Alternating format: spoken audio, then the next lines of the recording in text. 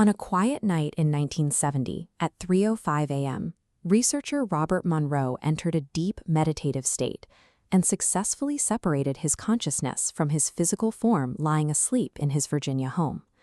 Leaving his physical baseline behind, Monroe initiated a high-speed transit. He pushed past the dense, chaotic inner rings of human consciousness, continuing outward until the ambient light faded into the absolute silence of the outer perimeter. In this featureless void, the mission was abruptly halted.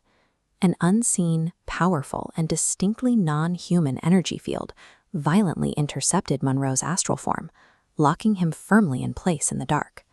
Monroe immediately calmed his energy output. Reacting to this shift, the hostile entity eased its grip. It communicated a sudden sense of confusion, pulling back entirely once it realized Monroe's human energy signature was not the target it was hunting. Before retreating into the shadows, the entity opened its field and passed Monroe a Rote, a heavy, densely packed bundle of recorded thought and data, pressing it directly into his consciousness. An extraterrestrial intelligence was patrolling the outer perimeter, scanning for a specific energy signature. This dense data bundle was meant for someone else, and it held the record of why they were still being hunted. As Monroe unfolded the Rote, the data presented itself like an archival film reel. It contained an event log detailing a tour group of non-human entities visiting from a distant energy system, designated KT-95. The record showed these entities hovering at Earth's perimeter, analyzing the specific coordinates of human civilization. Below lay a rigid concrete grid. From this vantage point, they observed EM-band noise. This is the continuous, chaotic radiation generated by millions of overlapping human thoughts, emotions, and physical drives. To the majority of the KT-95 tour group, the sheer density and raw, unfiltered volume of this psychological radiation was highly abrasive. Finding the frequency unbearable, most of the group quickly retreated to a safer distance. Yet the data revealed a critical anomaly. One specific entity in the group, designated tourist AA, did not retreat. Instead, AA became hypnotized by the complex, intoxicating texture of the human static. Breaking all tour protocols, AA separated from the main group. Driven by intense desire, the entity searched for a way to descend into the atmosphere and directly experience the source of this radiation.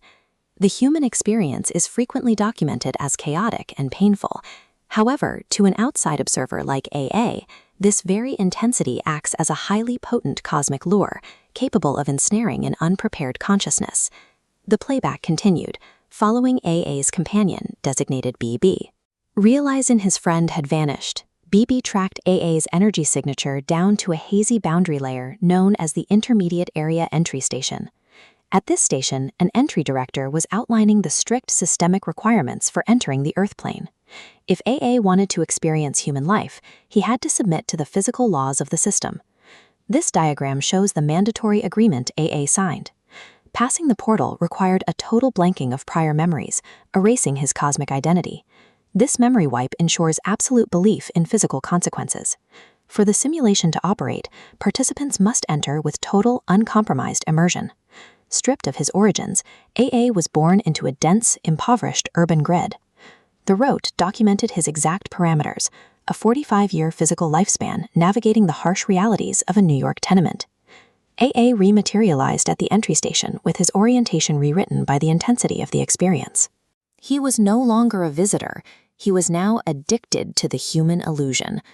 When BB attempted to guide him back to the KT-95 system, AA refused. Without hesitation, he dove straight back into the portal, choosing to immediately start a new human life, this time as a different sex. The memory blanking mechanism that allows the immersive simulation to function also guarantees the subject will forget their true origin. Once inside, they are trapped in a self-perpetuating cycle of repeat incarnations. The playback of the Rote concluded, snapping Monroe's focus back to his present reality, drifting motionless in the dark void of Locale II.